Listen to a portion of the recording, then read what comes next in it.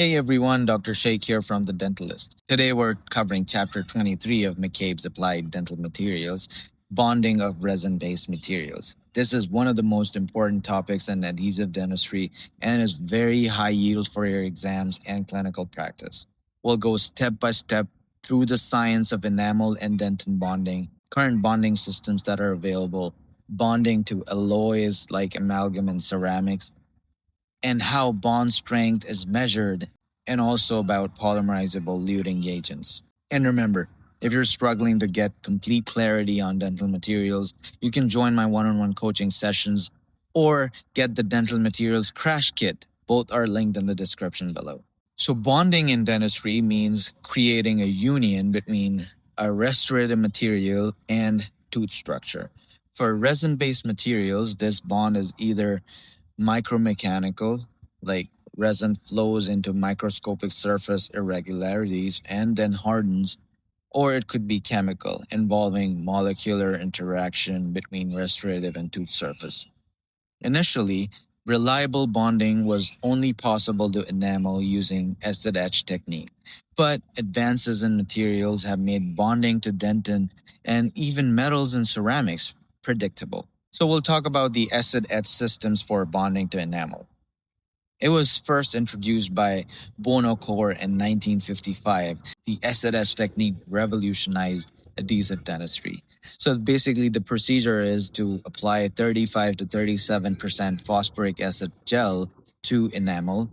The etching time for permanent teeth is about 15 to 30 seconds, and for primary teeth is for 10 to 15 seconds. Then it is washed. It's rinsed thoroughly for 10 to 15 seconds to remove acid and debris. Then it is dried. We're supposed to blow gently with oil-free compressed air until the enamel looks frosty white. So the purpose of etching is basically that it gives us increased surface area and creates space for resin tags to penetrate and to provide strong micromechanical retention. Applications of the acid etch technique include composite restorations, pit and fissure sealants, orthodontic bracket bonding, veneers, and resin retained bridges. So here's a key tip. Enamel must remain uncontaminated. Even brief saliva contact can reduce bond strength significantly. So don't compromise on that. Now bonding to dentin.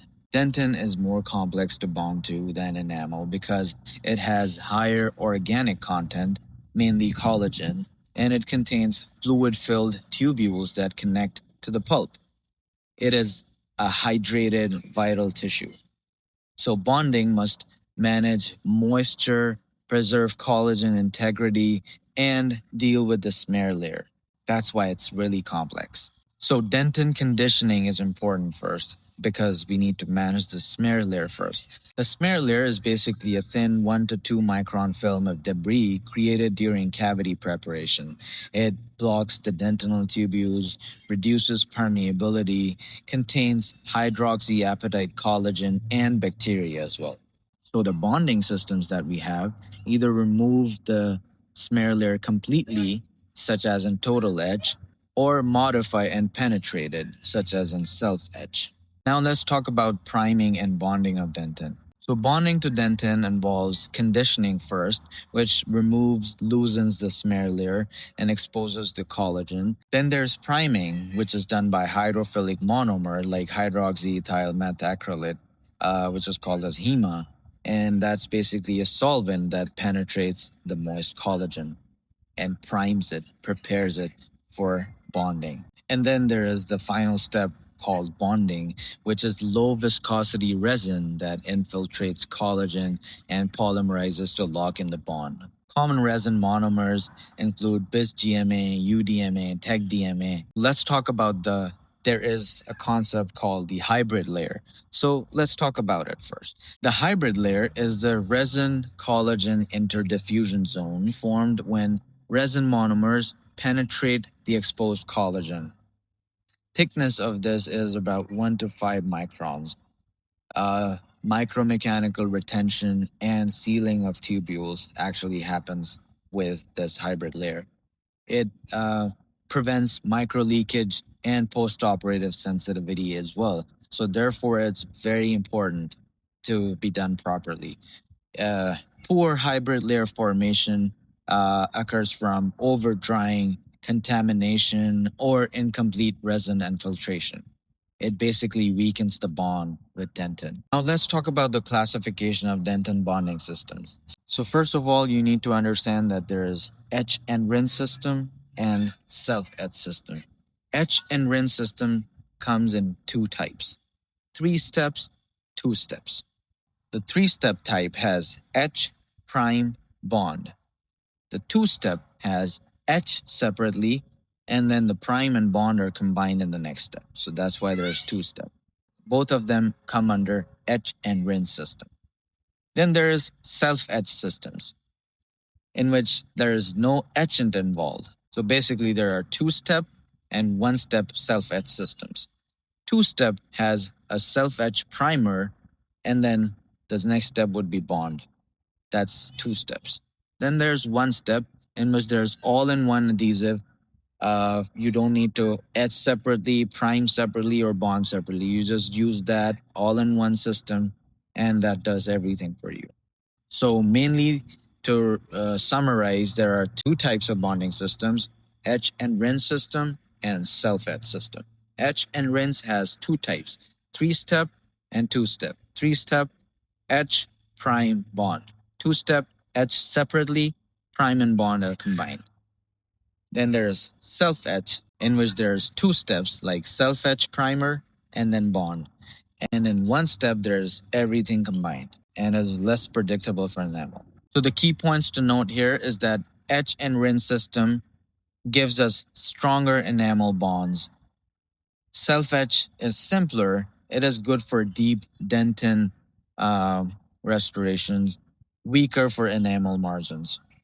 Selective enamel etch is best for both. So in selective enamel, you only etch the enamel with the etchant. Now let's talk about bonding to alloys, amalgam, and ceramics. So when we want to bond with alloys, it requires surface roughening like air abrasion, thin plating, or metal primers, for example, for meta phosphate monomers. And then if we want to bond with amalgam, it is primarily mechanical retention. So adhesive resins under fresh amalgam can improve seal and reduce leakage. Then if we want to bond with ceramics, there are etchable ceramics like feldspathic porcelain. For that, you can use hydrofluoric acid and silane coupling agent. Non-etchable ceramics like zirconia require air abrasion and phosphate monomer primers like MDB. Then let's talk about bond strength and leakage measurements. Bond strength tests include shear bond strength, tensile bond strength, and microtensile bond strength, which is most sensitive. Ideal clinical values that you should understand and remember are that enamel has a bond strength of 20 to 25 millipascals, and dentin has 17 to 20 millipascals. Microleakage tests are also available, like dye penetration, bacterial penetration, and fluid filtration. Now let's talk about polymerizable luting agents. Now there are resin-based cements also available for bonding indirect restorations, and there are different types of those resin-based cements. So there's light cured, which is used in thin, translucent restorations because it's more color stable. Then there's dual cured, which is used in deeper or opaque restorations. And then there's self cured, where there's no access to light. Composition is similar to composites, but with lower filler content for flow.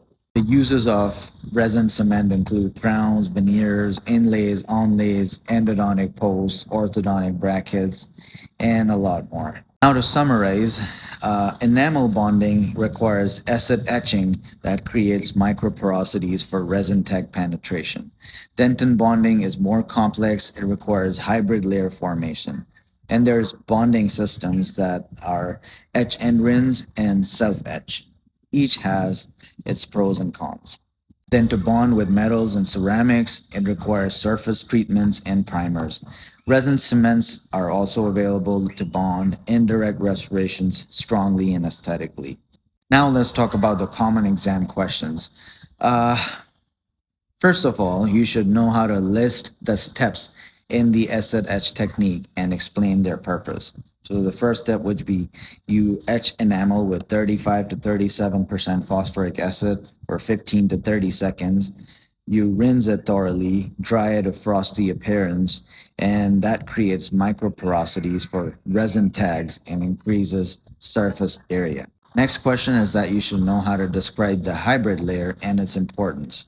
The hybrid layer is a resin collagen interdiffusion zone. Resin and collagen in dentin. 1 to 5 microns thick, providing micromechanical retention and sealing dentinal tubules to prevent leakage and sensitivity. Third question. Compare etch and rinse and self-etch bonding systems. Etch and rinse is used for stronger enamel bonds. It is technique sensitive. And then there's self etch, which is simpler, better for dentin, but weaker on enamel margins. Next question. How is bonding to zirconia achieved? It is achieved by air abrasion and phosphate monomer primers like MDP, as zirconia is non etchable. So remember, there are etchable ceramics and non etchable ceramics. You can go back to the video and revise if you don't remember non etchable and etchable ceramics. All right, next question. What are the ideal bond strength values for enamel and dentin? Enamel has a 20 to 25 millipascals, and 17 to 20 millipascals is the value of bond strength of dentin. Next question. Name the main resin monomers used in bonding systems. BIS-GMA, UDMA, TEC-DMA. How is micro leakage tested? It is tested using dye penetration, bacterial penetration, or fluid filtration methods. Next question. Differentiate between light cured, dual cured, and self cured resin cements. Light cured is used in thin, translucent restorations. Dual cured is used in deeper restorations. And self cured is used in opaque areas or where light cannot penetrate. Right, guys, that's chapter 23 complete, a major foundation for adhesive dentistry and an essential topic for your exams. And remember, you can book a one-on-one coaching session or get the dental materials crash kit for detailed notes, memory tricks, and practice MCQs. Everything is included in that crash kit. Links are in the description. Make sure you check it out. Thanks for watching, guys. I hope it helped.